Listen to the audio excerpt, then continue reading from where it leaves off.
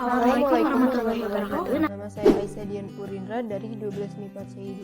Perkenalkan, nama saya Alfi Zahira Rizky dari kelas 12 MIPA CI2. Nama saya Taisha Jakbari, absen 6 dari kelas 12 MIPA CI2. Perkenalkan, nama saya Aziza Nabila dari kelas 12 CI2. Nama saya Maitza Dindiprana Putri dari kelas 12 MIPA CI2. Saya Tiara Syahrani Kusmaningrum dari kelas 12 MIPA CI2.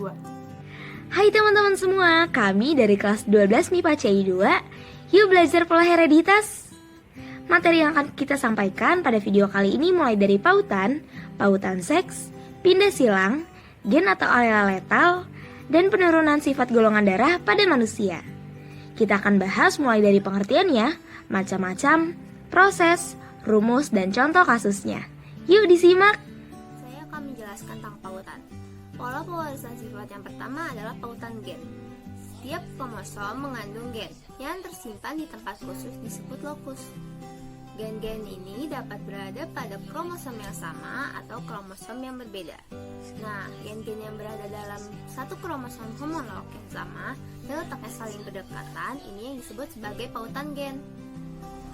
Contoh kasusnya adalah kasus persilangan pada tanaman etis. Misalkan persilangan etis bunga ungu polen panjang P besar L besar dengan etis bunga merah polen bulat yaitu P kecil L kecil akan menghasilkan keturunan pertamanya yaitu fenotip 1 yaitu etis bunga ungu polen lonjong P besar L kecil. Ketika dilakukan persilangan kembali antara sesama fenotip 1 maka akan menghasilkan keturunan fenotip 2 dengan perbandingan fenotip 3:1. Hal ini disebabkan karena adanya pautan antara gen P dan gen L serta alelnya yaitu gen P kecil dengan gen L kecil. Akibatnya pada F2 atau fenotip 2 hanya terbentuk dua macam gamet yaitu P besar L besar dan P kecil L kecil. Saya akan menjelaskan tentang apa itu pautan seks. Pada tahun 1910, Thomas Hunt Morgan menemukan bahwa sifat suatu organisme terdapat di dalam kromosom seks. Kromosom seks banyak dimiliki oleh organisme yang bereproduksi secara seksual, termasuk manusia. Namun, pada kromosom tipe XY, hanya kromosom X yang berisi gen-gen yang dapat memengaruhi sifat tubuh suatu organisme. Nah, gen-gen inilah yang kita sebut dengan pautan seks. Manusia memiliki dua jenis kromosom seks, yaitu kromosom XX pada perempuan dan kromosom XY pada laki-laki. Oleh karena itu, pautan seks pada manusia dapat terjadi pada kromosom X atau kromosom Y-nya. Contohnya hipertrikosis. Hipertrikosis adalah suatu penyakit genetik yang penderitanya mengalami pertumbuhan rambut yang tidak normal di area tubuh tertentu. Hipertrikosis ditentukan oleh gen resesif yang terpaut pada kromosom Y, sehingga penyakit ini hanya terjadi pada laki-laki.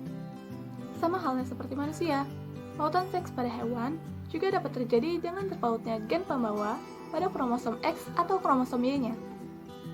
Contohnya adalah warna mata pada lalat buah. Gen pautan seks pada lalat buah adalah gen penentu warna mata. Normalnya, lalat buah akan memiliki warna mata berwarna merah yang dipengaruhi oleh gen dominan yang terpaut pada kromosom X. Sementara itu, alel yang resesif akan memengaruhi warna mata putih. Berikut contoh soal untuk memperdalam pemahaman kita. Sini saya akan membahas tentang pindah silang. Peristiwa pindah silang selain ditemukan oleh Morgan, juga dilaporkan oleh G.N. Collins dan J.H. Kempton pada tahun 1911. Pindah silang adalah peristiwa pertukaran segmen kromatid yang bukan saudaranya dari sepasang kromosom homolog. Peristiwa pindah silang terjadi saat pembelahan meiosis 1, yaitu pada akhir profase 1 atau awal metafase 1. Pada saat itu, satu buah kromatid akan membelah menjadi dua. Peristiwa pindah silang umumnya terjadi pada organisme seperti manusia, tumbuhan, dan juga hewan. Di sini terdapat gambar yang memperlihatkan terjadinya pembelahan meiosis. Sel-sel yang mengadakan pembelahan bergenotip A besar A kecil, B besar B kecil. Gen A besar bertaut dengan gen B besar. sedangkan gen A kecil bertaut dengan gen B kecil. Selama meiosis, pindah silang dapat terjadi antara gen-gen dalam kromosom yang sama. Jumlah pindah silang yang terjadi tergantung pada jarak antara gen itu, seperti tampak pada gambar. Pada peristiwa pindah silang ini, frekuensi kombinasi parental lebih dari 50% dan frekuensi rekombinan kurang dari 50%. Kombinasi baru atau rekombinan yang terbentuk pada peristiwa pindah silang, frekuensinya selalu lebih kecil daripada kombinasi parental. Peristiwa pindah silang akan menghasilkan keturunan dengan sifat yang baru. Hal ini disebabkan karena adanya rekombinasi gen, yaitu penggabungan dari sebagian gen induk jantan dengan sebagian gen induk betina pada saat proses fertilisasi, sehingga menghasilkan susunan pasangan gen yang berbeda dari gen-gen induknya. Kita bisa menghitung nilai persentase rekombinasi dari hasil terjadinya pindah silang dengan menggunakan rumus, yaitu NPS sama dengan jumlah rekombinan atau RK dibagi dengan jumlah rekombinan plus itu ditambah jumlah kombinasi parental dikali 100%. Di sini terdapat contoh soal. Saya akan menjelaskan tentang gen letal. Gen letal adalah gen yang menyebabkan kematian individu dalam keadaan homozigot. Sedangkan dalam keadaan heterozigot, seorang individu dapat bersifat normal atau subletal. Gen letal dapat menyebabkan kematian individu pada berbagai tingkatan, mulai dari tahap embrio, saat kelahiran, atau saat individu telah tumbuh dewasa. Terdapat dua macam gen letal. Yang pertama, ada gen letal dominan. Gen letal dominan merupakan gen yang menyebabkan kematian individu dalam keadaan homozigot dominan. Sedangkan dalam keadaan heterozigot, seorang individu dapat bersifat subletal yang mengakibatkan terjadinya kelainan. Contoh kasus gen letal dominan adalah gen yang menyebabkan kaki dan sayap pendek pada ayan. Yang kedua ada gen letal resesif. Gen letal resesif adalah gen yang menyebabkan kematian individu dalam keadaan homozigot resesif. Sedangkan dalam keadaan heterozigot, seorang individu dapat bersifat carrier atau pembawa sifat yang akan diwariskan kepada keturunannya. Contoh kasus gen letal resesif adalah gen yang menyebabkan kelainan albino pada tanaman jagung. Berikut adalah contoh soal untuk materi gen letal. Pause video bila perlu untuk lebih memahaminya. Saya akan menjelaskan tentang penurunan sifat golongan darah pada manusia. Nah, jadi golongan darah itu penggolongannya berdasarkan ada tidaknya aglutinogen tertentu di dalam sel darah merah. Aglutinogen itu apa sih? Aglutinogen itu adalah sebuah protein yang terdapat di dalam eritrosit dan memiliki fungsi sebagai antigen di dalam darah. Nah, berdasarkan aglutinogennya, sistem penggolongan darah ini dibedakan menjadi 3, yaitu ada sistem ABO, sistem MN, dan juga sistem Rhesus. Nah, yang pertama ada sistem ABO nih, yang paling kita kenal lah ya. Jadi di sistem ABO ini ada golongan darah A. Kalau golongan darah A itu aglutinogennya A, lalu aglutininnya itu adalah beta. Kalau golongan darah B, aglutinogennya itu B, aglutininnya itu alfa. Nah, terus yang AB sama O bisa dilihat nih di sini. Nah, kalau misal yang A, B, AB, nah itu kan yang tampaknya kan, sifat yang tampak atau yang bisa diamati. Nah, itu disebutnya sama fenotipe. Kalau genotipenya apa sih? Nah, kalau genotipenya, kalau golongan darah A itu adalah IAIA atau IAI0 jika dia heterozigot. Golongan darah B, IBIB atau IBI0 jika dia heterozigot. Nah, golongan darah AB sama O bisa dilihat nih. Nah, di sini ada contoh soal sistem ADO, pria bergolongan darah B heterozigot menikah dengan wanita bergolongan darah A homozigot. Kita disuruh untuk menentukan kemungkinan golongan darah anak-anaknya.